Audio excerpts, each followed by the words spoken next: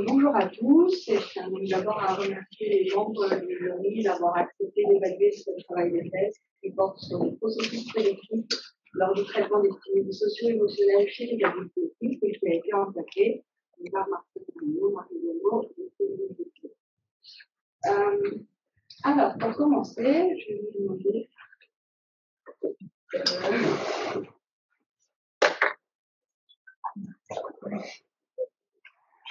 je vais vous demander d'imaginer que vous marchez dans une rue comme celle-ci, c'est une situation qui peut sembler simple en apparence, mais qui en réalité fait appel à de nombreux processus cognitifs, donc les processus prédictifs. Donc ici, vous devez prédire, par exemple, la trajectoire des passants afin de ne pas leur prendre le temps, ou encore la manière dont ils vont éventuellement interagir avec vous. Le cerveau serait donc prédictif, c'est-à-dire que la perception serait une combinaison de l'entrée sensorielle qui apporte de l'information de manière bottom-up et des prédictions réalisées à partir d'un modèle interne qui dépend de notre expérience passée et qui apporte de l'information de manière top-down.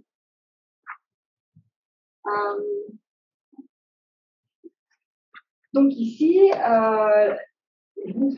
si votre modèle interne correspond à une rue qui est plutôt paisible, vous allez vous attendre à ce que les personnes passent auprès de vous sans forcément interagir avec vous. Si maintenant, dans l'environnement, vous voyez une personne en agresser une autre, par exemple pour lui voler son sac, alors votre entrée sensorielle et vos prédictions ne correspondront plus. C'est ce qu'on appelle une erreur de prédiction. Du coup, votre perception, tout comme votre modèle interne, vont devoir être réajustés. Donc ici, c'est vraiment une présentation très générale que je viens de faire sur le cerveau prédictif, mais on peut se demander de quelle manière les mécanismes prédictifs se produisent précisément. C'est difficile de répondre à cette question de manière tranchée, mais dans le domaine de la perception visuelle, il y a des modèles qui peuvent nous aider, et le modèle qui va nous intéresser plus particulièrement, c'est le modèle de Barr, qui a d'abord été appliqué aux objets et aux scènes visuelles et pour lesquelles les preuves empiriques sont assez convaincantes, mais qui pourrait également s'appliquer au visage, même si là les preuves sont un peu plus divergentes.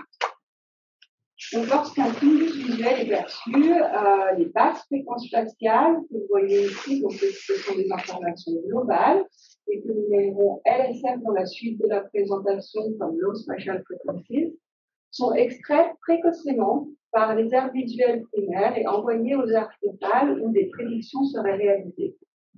Ces prédictions seraient ensuite réinjectées dans les aires occipitales et inférotemporelles, où elles seraient intégrées ensuite aux informations fines issues des hautes fréquences spatiales que vous voyez ici et qu'on nommera HSF dans la suite de la présentation pour High Spatial Frequencies.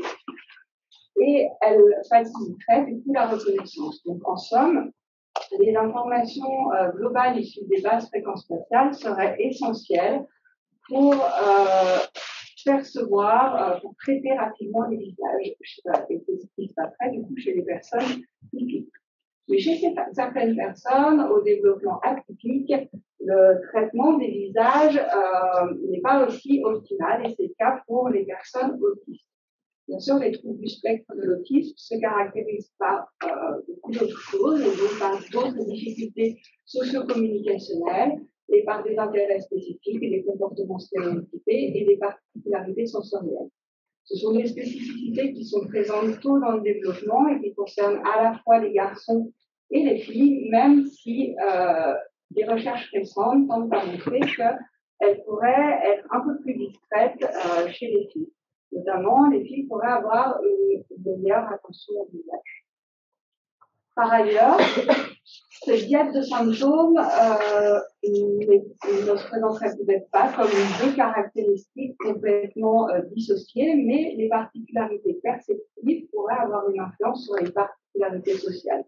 Puisque si les personnes autistes ont un traitement perceptif qui est différent des personnes non autistes, alors cela se répercutera aussi sur le traitement des stimuli sociaux et socio-émotionnels. La question se pose alors, Quelles particularités perceptives peuvent influencer le traitement des visages dans l'autisme? Et est-ce que les différences liées au sexe observées dans le traitement des visages chez les personnes autistes sont liées à ces particularités? Pour y répondre, nous allons nous référer à certaines conceptualisations de l'autisme. Tout d'abord, la théorie, tout en gardant le modèle de Barr en tête. Tout d'abord, la théorie de la faible cohérence centrale, qui avait été développée par Fix et AP, suggère, en tout cas au départ, elle suggérait que l'autisme pourrait être lié à un déficit du traitement global, qui, selon le modèle de Barr, pourrait donc se caractériser par un déficit du traitement des basses fréquences spatiales. À l'inverse, Vautron et ses collaborateurs suggèrent que les personnes autistes présentent un surfonctionnement perceptif qui pourrait générer du coup un biais vers des informations locales et qui, selon le modèle de Barr, se traduirait plutôt par un traitement un peu plus accru, ou en tout cas préférentiel, envers les hautes fréquences spatiales. Quoi qu'il en soit, finalement, ces deux particularités pourraient générer un impact sur les processus prédictifs qui sont liés aux basses fréquences. Or, il y a justement des théories récentes qui suggèrent que l'autisme pourrait se caractériser par des particularités des processus prédictifs. Donc, sans remettre en question les théories précédentes, ces théories les replacent finalement dans le cadre du cerveau cognitif. Donc, en lien avec la théorie de la faible cohérence centrale et une modulation atypique des informations top-down, Pellicano et Burr suggèrent que les personnes autistes pourraient avoir des difficultés à faire des prédictions. À l'inverse, donc en lien avec la théorie du surfonctionnement perceptif et avec un traitement bottom-up accru, Rock suggère que les personnes autistes pourraient s'appuyer davantage sur leur entrée sensorielle. Et puis, il y a des théories qui sont davantage à l'intermédiaire et qui suggèrent un déséquilibre entre les processus bottom-up et top-down. C'est le cas de la théorie développée par Randy Cruz et collaborateurs, qui suggère que ce déséquilibre pourrait générer une erreur de prédiction toujours élevée chez les personnes autistes. En somme, le modèle de Barr intègre des approches perceptives et des approches qui intègrent davantage les processus prédictifs dans un modèle qui fait des prédictions précises au niveau neurofonctionnel. Alors, il y a un certain nombre d'équipes de recherche qui se sont penchées sur le traitement global et local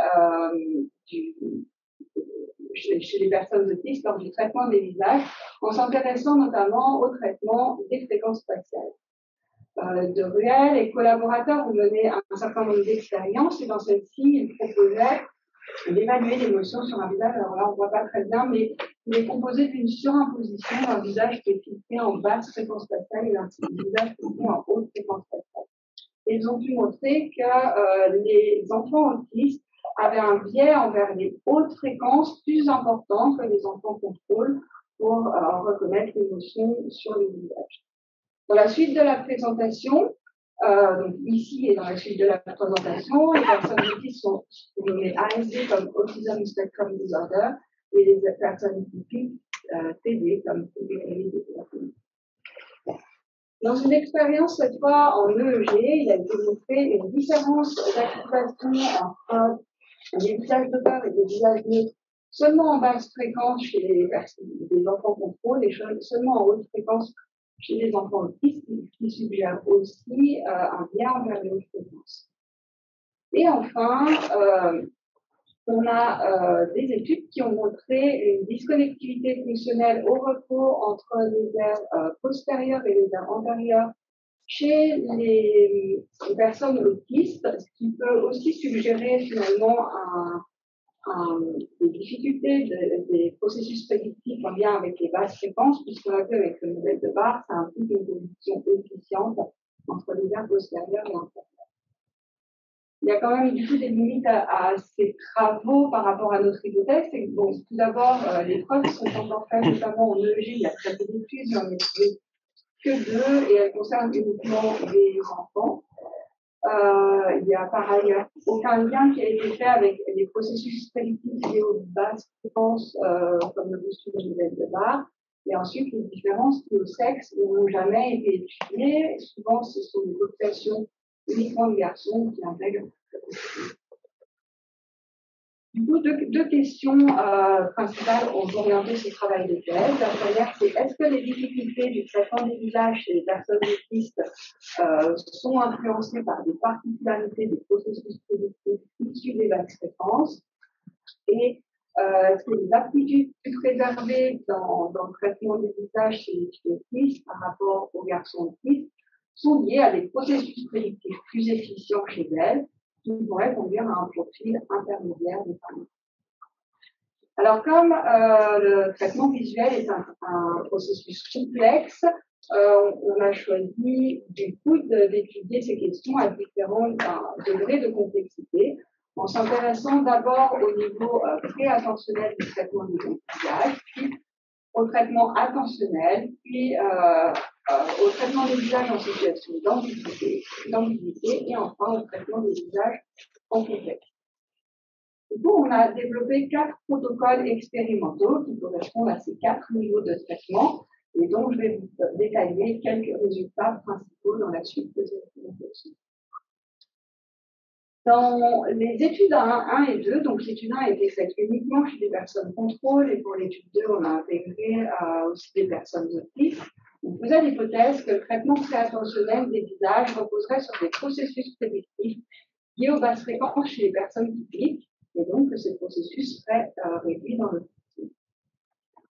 Pour tester cette hypothèse, on a utilisé l'IEG chez 89 participants.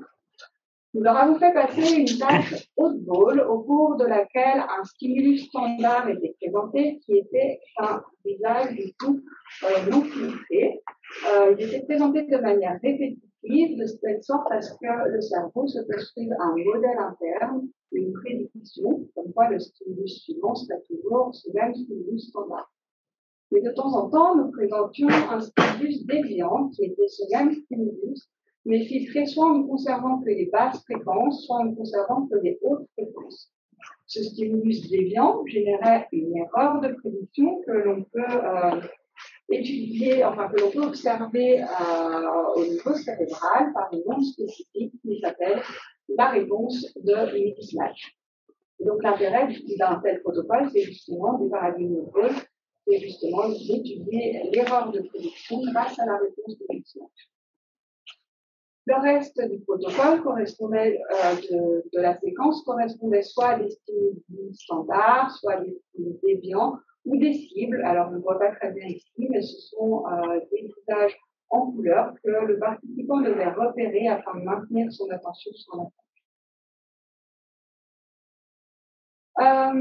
Quelles étaient nos hypothèses pour cette première étude? Donc, tout d'abord, si en fait les prédictions sont issues des basses fréquences du stimulus standard, alors le déviant qui contient uniquement les basses fréquences devrait générer une erreur de prédiction qui est moins importante que le déviant contenant uniquement des hautes fréquences.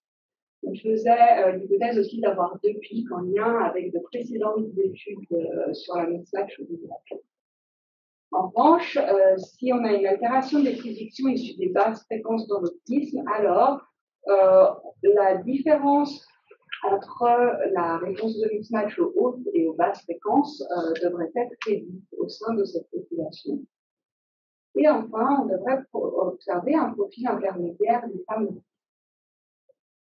Alors, voici les résultats qu'on a trouvés. Donc, tout d'abord, chez les personnes contrôle, on observe bien une réponse de mismatch pour les déviants en basse fréquence en vert et pour les déviants en haute fréquence en jaune, mais qui est plus importante pour les déviants en haute fréquence.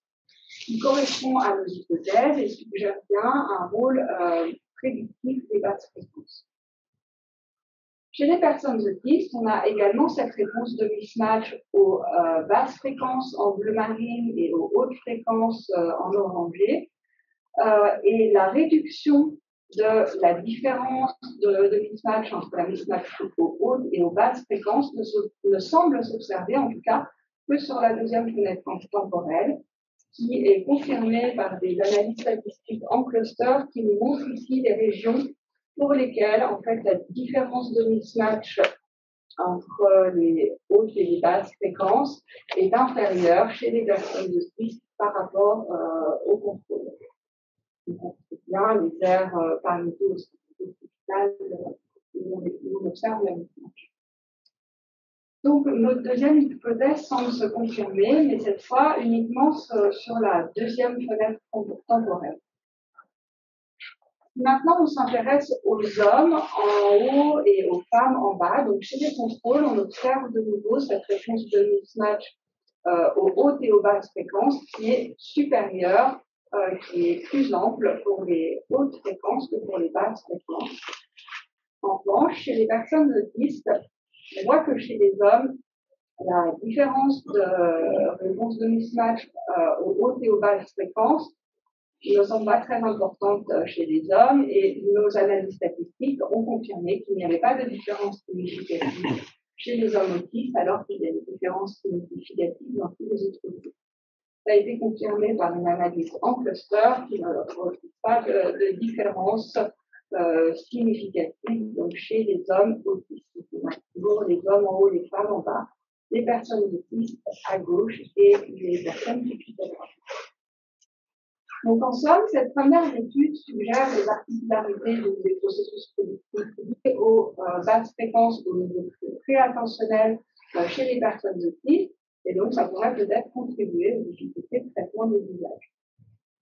Les particularités sont plutôt observées donc sur la mismatch tardive, et cette dernière a été associée à des processus cognitifs de plus haut niveau, qui peut suggérer donc un lien avec un traitement approfondi des visages qui serait plus difficile chez les personnes autistes, tout comme une adaptation sociale qui serait moins expliquée.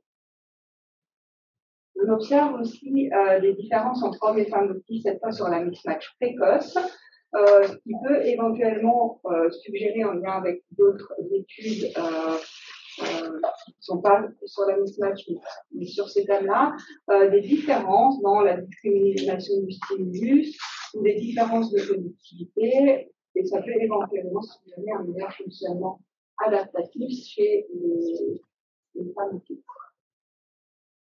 Donc, puisque nous trouvons des difficultés sur les processus prédictifs liés aux basses fréquences lors du traitement intentionnel des visages ainsi qu'un profil intermédiaire des femmes autistes, donc sur ce traitement préattentionnel, on a pensé qu'on pourrait retrouver cela également sur un traitement attentionnel des visages.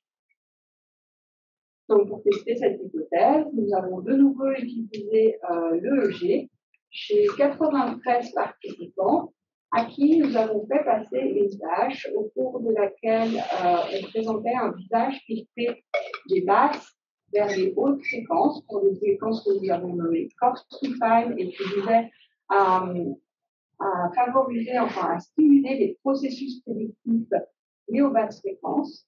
Et nous avions des séquences donc inverses, filtrées des hautes vers les basses fréquences. Alors bien sûr, ici, vous voyez, enfin, le décompte temporel est lent, comme vous voyez à l'écran, mais en réalité, à chaque fois, le visage est présenté pendant 25 millisecondes. Donc au final, le participant, c'est comme s'il voyait qu'une seule image flashée rapidement, puisque l'ensemble fait seulement 100 millisecondes. Il y avait deux types de visages, il y avait des visages de peur et des visages neutres, et le participant devait repérer les visages de peur, il devait cliquer sur une touche parce qu'il voyait les visages de peur.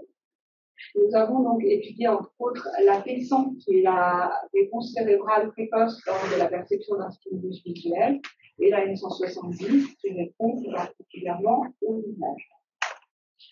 Donc, quelles étaient nos hypothèses par rapport à cette étude?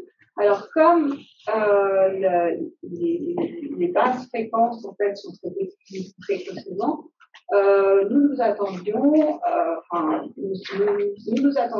ce que la P100 soit plus rapide ou plus ample pour les séquences coarse to fine, qui nous dépassent vers des hautes fréquences, par rapport aux séquences fine to coarse. Et à l'inverse, la M170 est un peu plus rapide, on s'attendait à ce qu'elle soit plus lente ou plus précoce pour les séquences fine to coarse. Ça, c'est ce qu'on attendait chez les personnes au développement typique. Et chez les personnes au développement, chez les personnes autistes, on s'attendait à ce que cette fois, la puissance des séquences, des deux types de séquences soient à peu près équivalentes, ou alors qu'elles soient plus rapides ou plus lentes pour les séquences fine to coarse, il y a plutôt un biais envers les informations locales. À l'inverse, donc la M170, cette fois, serait peut-être un peu plus similaire chez les contrôles au niveau du traitement, puisqu'on s'attendait également à un traitement soit plus ample et plus précoce de la M170 en séquence fine to coarse par rapport aux séquences coarse to fine, soit un traitement qui est à peu près équivalent dans les deux types de séquences. Et de nouveau, on pensait avoir un profil intermédiaire des femmes aussi.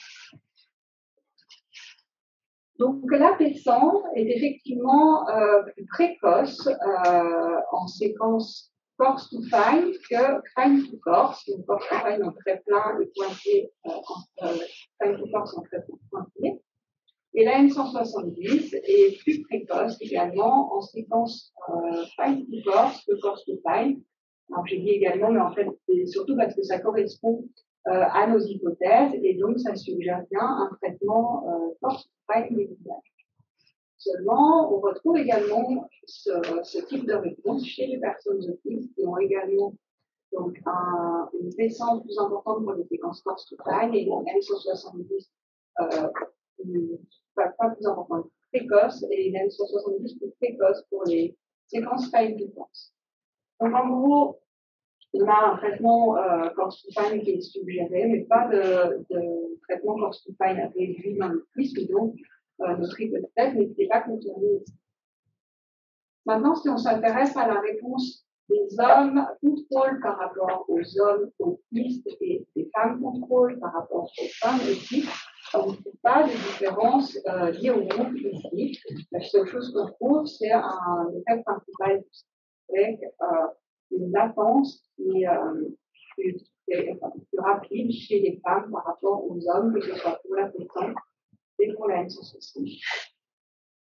Afin d'étudier un peu plus cette activité liée aux séquences coarse to fine et fine to coarse, chez les personnes autistes et chez les personnes contrôle, on s'est intéressé aux sources de cette activité. Et donc, dans la vidéo que vous voyez ici, on voit d'abord une activation des aires postérieures qui va ensuite vers les aires frontales et qui redescend vers les aires occipitales et inférotemporales, qui pourrait donc être en accord avec l'activation qui est proposée selon le modèle. Cependant, quand on fait des analyses statistiques sur les sources, on observe une réponse qui est plus importante pour les séquences fine to coarse par rapport aux séquences coarse to fine, et ce sur la fenêtre temporelle précoce, donc la misère hospitale, et sur la fenêtre temporelle plus tardive aussi, qui intègre aussi des différences d'activation sur les aires. Du coup, c'est plutôt contraire à nos hypothèses. Et maintenant, si on s'intéresse à la différence entre personnes autistes et personnes contrôle, on observe une différence d'activation entre les deux types de séquences, donc coarse to fine et fine to coarse, qui est réduite chez les personnes autistes dans le gyrus fusiforme. Donc même si là, ça pourrait correspondre à nos hypothèses, c'est un peu invalidé avec ce qu'on trouve au final chez les autistes. Donc, cette étude nous montre un traitement coarse to fine des visages d'un point de vue électrophysiologique, mais les preuves sont donc au niveau intentionnel, mais les preuves sont encore faibles et les résultats sur les sources ne sont pas en accord avec nos hypothèses. Et par ailleurs, on ne trouve pas l'altération du traitement coarse to fine chez les adultes autistes, mais on ne sait pas du coup si c'est lié au fait que ce traitement est préservé chez les adultes autistes ou si c'est lié à l'imposition d'un traitement fréquentiel qui, du coup, conduirait à normaliser en fait la réponse chez les personnes autistes. On a aussi une réduction de la spécialisation fréquentielle dans le gyrus fusiforme droit chez les adultes autistes comparé au contrôle et pas de spécificité liée au sexe. Du coup, nos résultats ici sont plutôt mitigés par rapport à nos hypothèses, mais dans le modèle de Barr, au départ, il suggérait en fait que les processus prédictifs liés aux basses fréquences se manifesteraient plutôt dans des situations ambiguës, alors que là, c'était une situation de reconnaissance, d'identification simple. Donc, on a testé l'hypothèse suivante, du coup, que les processus prédictifs et aux basses fréquences seraient davantage mis en œuvre en situation ambiguë, mais cela ne serait pas retrouvé chez les adultes autistes. Donc, pour tester cette hypothèse, on a cette fois utilisé une expérience comportementale auprès de 61 participants à qui on a fait passer une tâche de scoop émotionnel au cours de laquelle ils voyaient d'abord une amorce, qui était un visage qui était filtré soit en ne conservant que les hautes fréquences, soit en ne conservant que les basses fréquences. Cette amorce était suivie d'un masque, puis d'une cible qui était le même visage, mais non filtré cette fois, et sur lequel était inscrit soit joie, soit colère, de manière congruente ou non à l'émotion qui était présentée. La situation incongruente que vous voyez ici, du coup, générait une certaine ambiguïté, et donc nous avons étudié le temps de réaction. L'autre hypothèse ici, c'est que l'amorce en basse fréquence devait du coup favoriser des prédictions et que du coup le temps de réaction après l'amorce en basse fréquence chez les personnes contrôle serait inférieur au temps de réaction après l'amorce en haute fréquence, en particulier du coup en situation incongruente puisque c'est une situation ambiguë. Chez les personnes autistes, du coup, on ne devrait pas observer cela, mais plutôt un temps de réaction qui est similaire, quel que soit le type d'amorce, voire qui est diminué lors de l'amorce en haute fréquence. Il y a plutôt un biais, le traitement envers les hautes fréquences. Alors, les résultats montrent que les personnes autistes sont plus lentes que les personnes contrôle, mais aussi que l'amorce en haute fréquence favorise un temps de réaction plus rapide que l'amorce en basse fréquence, et ce, quel que soit le groupe et quelle que soit la situation dans laquelle vous lancez. Du coup, notre hypothèse n'est pas confirmée ici, c'est l'inverse qui se produit. On a également réalisé des modèles de diffusion qui permettent en fait cette fois de s'intéresser au temps de réponse, mais aussi au temps de réaction, et qui permettent finalement de décomposer le processus décisionnel en 4 paramètres qui peuvent s'interpréter directement au niveau cognitif. Et moi ici, je vais parler juste d'un seul paramètre, c'est le temps de non-décision. Donc, le temps de non-décision, c'est justement tous les processus non décisionnels qui correspondent notamment à l'encodage et à la réponse motrice. Et on a trouvé que finalement, la différence de temps de réaction entre les deux groupes semblait provenir essentiellement du temps de non-décision, donc plutôt des processus d'encodage perspectif et de réponse motrice. Donc ici, on ne constate pas d'évidence des processus prédictifs issus des basses fréquences lors de la réponse comportementale. Et même si c'est contraire à nos hypothèses, finalement, ce n'est pas tellement surprenant par rapport à d'autres études, y compris par l'étude de Barr, qui n'avait pas spécialement montré en fait de favorisation de la réponse comportementale par les basses fréquences. Ce qui était observé, c'était surtout au niveau cérébral. Et ensuite, ce qu'on a pu observer ici, c'est que les différences de temps de traitement entre personnes autistes et contrôle sur cette tâche proviennent des processus non décisionnels, donc en tout cas peut-être de processus perceptifs et éventuellement de tâches. Donc au niveau comportemental, nos hypothèses n'ont pas été vérifiées. Pour la dernière expérience, on s'est aussi intéressé au traitement attentionnel des usages émotionnels, mais cette fois en contexte. Et on a fait l'hypothèse que les personnes autistes auraient plus de difficultés que les contrôles à ajuster leurs prédictions en fonction du contexte social lorsque ce dernier est improduit. Donc, pour tester cette hypothèse, on a réalisé une étude en ligne auprès de 246 participants à qui nous avons fait passer 2 tâches. Donc, une des tâches était la suivante. Donc, les participants, en fait, lorsque les caractères apparaissaient en haut, dans les deux cases du haut, ils devaient se concentrer sur la tâche lettre et appuyer sur une touche s'il s'agissait d'une consonne et sur une autre s'il s'agissait d'une voyelle. Et lorsque les caractères apparaissaient dans les cases du bas, ils devaient appuyer sur une touche lorsqu'il s'agissait d'un chiffre pair et sur une autre lorsqu'il s'agissait d'un chiffre impair.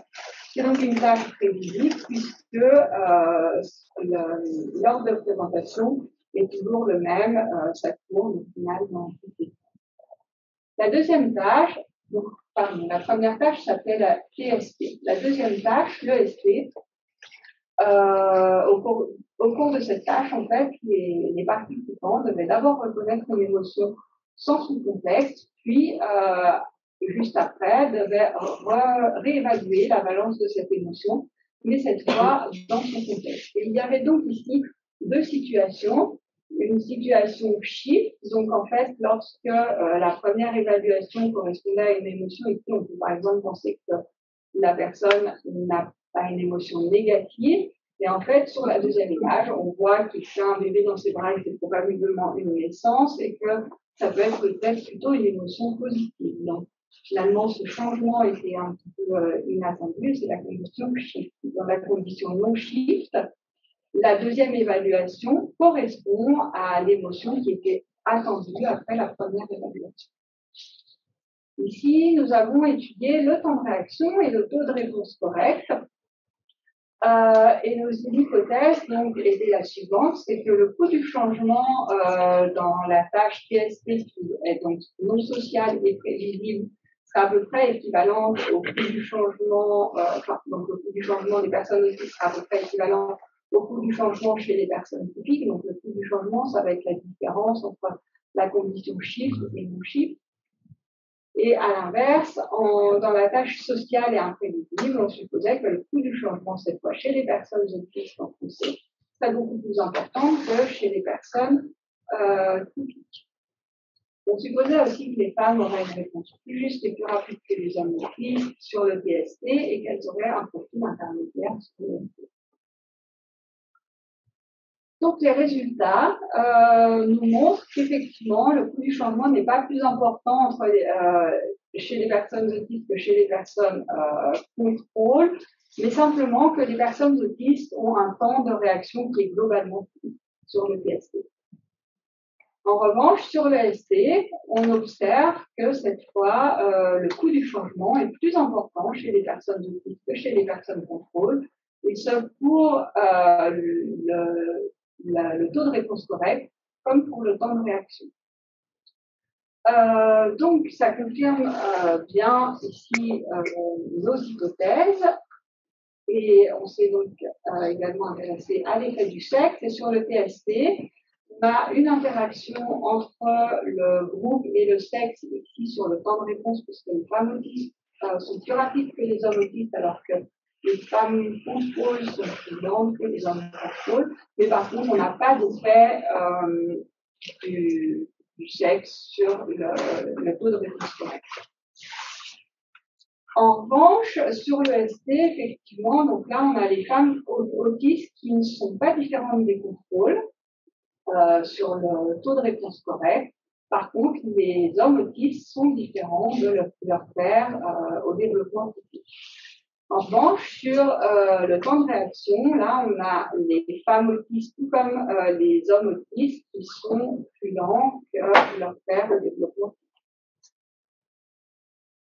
Et ces résultats dus au sexe sont indépendants de la prévisibilité.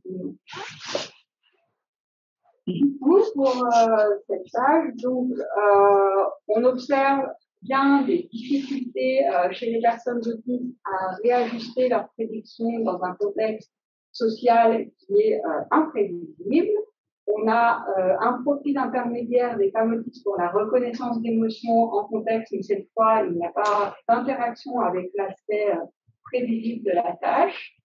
Et on a quand même une limite principale, en tout cas, on ne peut pas comparer les deux tâches puisqu'elles varient sur deux dimensions, l'aspect prévisibilité et l'aspect social. Donc, il faudrait mieux isoler chacun de ces facteurs, même si finalement, sur l'EST, la tâche sociale, on a quand même toujours la condition chiffre et non chiffre, donc on peut comparer la condition prévisible avec la condition imprévisible.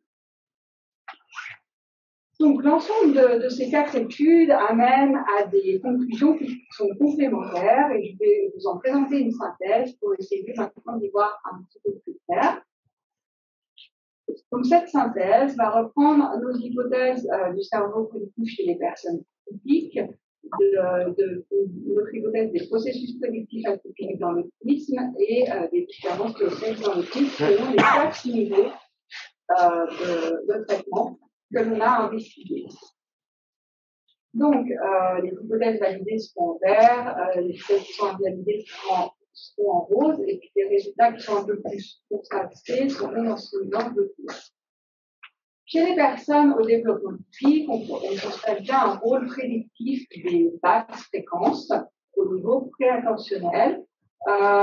Et au niveau attentionnel, il semblerait qu'il y ait bien un traitement coarse to fine des visages, mais le rôle prédictif des basses fréquences dans l'étude que nous avons vérifiée reste à préciser. En revanche, sur la réponse comportementale, on n'a pas constaté de rôle prédictif des basses fréquences. Et en somme, ces études, finalement, nous amènent un petit peu à questionner la validité du modèle de base dans le traitement des visages. En tout cas, il serait peut-être à mieux circonscrire. On en parlera un petit peu après. Pour ce qui est de l'autisme, on a observé chez les personnes autistes, du coup, une réduction des prédictions issues des basses fréquences au niveau préattentionnel. Et ceci s'observait surtout chez les garçons, beaucoup plus que chez les hommes, beaucoup plus que chez les femmes. Au niveau attentionnel, on a observé un traitement coarse to fine qui était préservé chez les personnes autistes et il n'y avait pas de différence liée au sexe spécifique à l'autisme. Enfin, en situation ambiguë, on a observé une facilitation du traitement par les hautes fréquences, mais on ne peut pas vraiment conclure puisque c'est quelque chose qu'on observait aussi chez les personnes au développement. Donc, en somme, ces résultats suggèrent un traitement par défaut des personnes autistes qui ne s'appuieraient pas sur les prédictions issues des basses fréquences, comme on voit au niveau préattentionnel, mais qu'une normalisation serait possible, finalement, peut-être quand on impose l'ordre de traitement. D'un point de vue clinique, ça peut donc suggérer des difficultés sur le traitement automatique des visages. Et donc, l'étude 5 nous montre aussi des difficultés d'ajustement des prédictions au contexte social et imprévisible, alors qu'on ne retrouve pas de difficultés en non social et prévisible. Et cette étude peut suggérer que si les personnes autistes ont peut-être ont des difficultés dans le domaine social, c'est peut-être justement parce qu'il est particulièrement imprévisible. On peut aussi faire le lien avec le traitement des basses fréquences, puisque le contexte apparaît davantage en périphérie et que le traitement périphérique est dominé par le traitement des basses fréquences. Donc, ça serait des pistes qui seraient à investir éventuellement dans des futurs. Dans cette étude, on a aussi observé une meilleure évaluation des émotions en contexte chez les femmes autistes. Et l'ensemble de ces résultats nous suggère bien un profil intermédiaire des femmes autistes, mais que ces processus, le lien avec les processus prédictifs dans ce profil un peu intermédiaire, il reste encore à préciser, puisque finalement, on l'a vu, c'est suggéré par la première étude, mais ce n'est pas suggéré par la dernière étude, qui toutefois implique des niveaux de traitement quand même assez différents et assez. Ça peut aller dans le sens d'un facteur de protection du sexe par rapport à l'autisme et éventuellement aussi d'un phénotype féminin plutôt du camouflage qui impliquerait finalement que les traitements de base seraient équivalents entre hommes et femmes autistes, mais que les femmes autistes pourraient mieux compenser d'une certaine manière ces traitements. Bien sûr, il y a plusieurs limites à ces études et je vais vous en présenter simplement quelques-unes. Tout d'abord, il y a des limites liées au modèle. On peut se demander finalement si la variabilité dans nos résultats, mais aussi dans les études antérieures, quels sont les facteurs qui influencent finalement les prédictions du modèle de Barre et est-ce que le modèle de Barre peut être vraiment valide dans la perception, dans le traitement des visages. Donc, il faudrait en fait développer des protocoles qui permettent de déceler chaque facteur de manière systématique et puis développer peut-être des protocoles qui permettent de un peu mieux encore tester les aspects prédictifs et puis peut-être de comparer cette théorie avec des théories alternatives. On a aussi un grand nombre de limites qui est lié aux participants que nous avons étudiés. Donc tout d'abord, on a des participants qui étaient adultes, et bon, on a vu que c'était un trouble neurodéveloppemental. Et donc, ça serait important d'avoir peut-être des études, alors, chez les enfants, mais peut-être encore mieux des études longitudinales qui permettent vraiment d'étudier le développement de ces traitements et d'étudier aussi d'éventuelles hypothèses de compensation, puisque avec le temps et la plasticité cérébrale, effectivement, il y a des choses qui doivent se compenser, mais il faudrait pouvoir l'étudier en gardant les mêmes participants sur les noms et en commençant à les étudier. Par ailleurs, nos participants avaient un niveau intellectuel élevé, donc ce qui empêche effectivement la généralisation.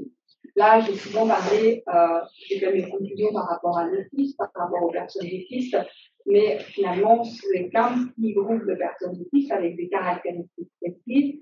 On peut se demander quels résultats on pourra avoir chez les participants qui ont un niveau intellectuel moyen ou inférieur. Et ça va nous amener aussi à la dernière, la dernière, enfin, en tout cas la dernière limite que je vais vous présenter, c'est nos participants, non seulement ils avaient un niveau intellectuel élevé, mais ils étaient très hétérogènes dans leur présentation. Et donc, il y avait des participants qui avaient été diagnostiqués jeunes, d'autres plus tardivement, certains avaient un autisme très visible et d'autres un autisme beaucoup moins visible. Et effectivement, ça peut poser la question de qu'est-ce qu'on étudie finalement à l'heure actuelle quand on étudie l'autisme. C'est une question qui a été soulevée notamment par assez récemment, en tout cas pour ce qui est des articles, même si je pense que c'est une question qui se pose depuis déjà quelques temps, puisque ce n'est pas que la caractéristique de mes études, mais je pense que la plupart des études sur l'autisme à l'heure actuelle.